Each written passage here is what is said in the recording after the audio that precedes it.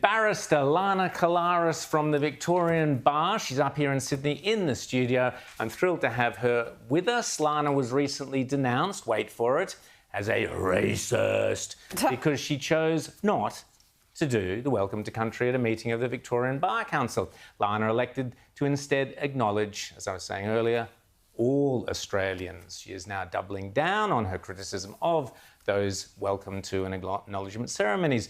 Lana, great. Welcome to Outsiders. Great to have you here. Thanks for coming up to Sydney. Thank you. Now, incredible bravery you showed. I mean, you would think you could speak your mind freely in Australia, but particularly you spoke up against what you saw as something you didn't want to participate in. Tell us about that day and arriving at that decision, and then also tell us what it's been like since. Yes, well, thank you so much for having me here, Rowan and Rita.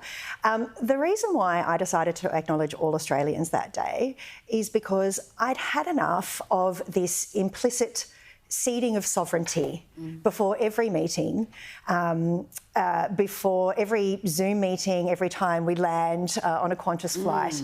And I'd had enough, and I just wanted to make a stand against it and exercise my right to free speech to do so.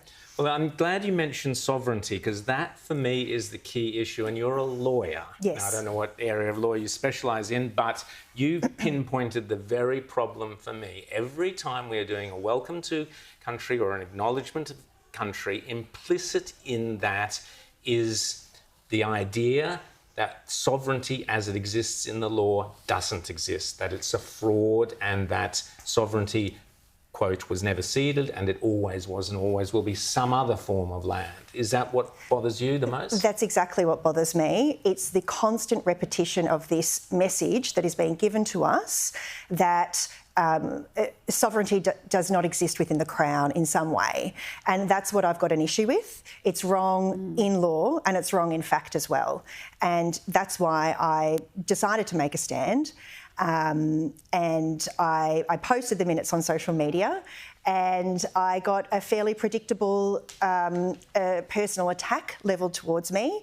And that's what made me think, you know, I'm going to sit down and I'm going to express my views clearly in writing. And that's what I did. Rita. Excellent. And how does this philosophy, because it is very prevalent within the legal fraternity, and that worries me greatly, because you see it on the bench, you see it elsewhere. How does it impact the law? Because you talked about hearing about a client who was feeling like the justice system wasn't what he expected it to be because of these manipulations or these undermining of what we expect to be the law for everyone, unquestionably. Like, whoever you are judged the same, regardless of who you are and what your background is. Well, that's right. The fundamental guiding principle of our Constitution today is equality of citizenship.